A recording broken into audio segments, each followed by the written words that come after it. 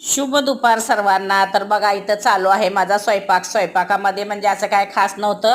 रविवार असल्यामुळं भाज्याची समाप्ती झालेली असती आणि म्हणलं आता काय करावं, मग डाळ भाताचा कुकर लावून घेतला. बघा म्हणलं चला डाळ फ्राय करून घ्यावी. आणि हे बघा ही अशी तांदूळशासारखी माटोड्यासारखी भाजी आहे. माझ्या मैत्रिणींनी शेतातून आणून दिली होती. याचं नावच वेगळं आहे बघा, कुंदळाची भाजी काय तर असं ह्याला म्हणतात.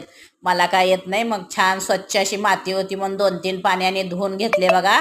आणि स्वच्छ करून म्हणलं नितळत ठेवली. म्हणलं आता ही भाजी आणि डाळ फ्राय करून घ्यावं म्हणलं, म्हणजे कसं स्वयंपाकाचा प्रश्न मिळतो. म्हणजे भाकरी चपात्या भात वगैरे असतोच, पण भाजीचाच खूप प्रश्न असतो. म्हणलं चला हिरव्या भाज्या आवडतात पण मुलांना, म्हणून कुकर लावून घेतले बघा.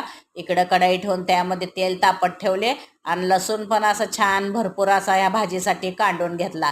कारण लसूण असल्या हिरव्या भाज्यांना ना भरपूरच लागतो. आणि लसूण छान असा आपला लाल झाला की म्हणून मग हे करते बघा, भाजी टाकते.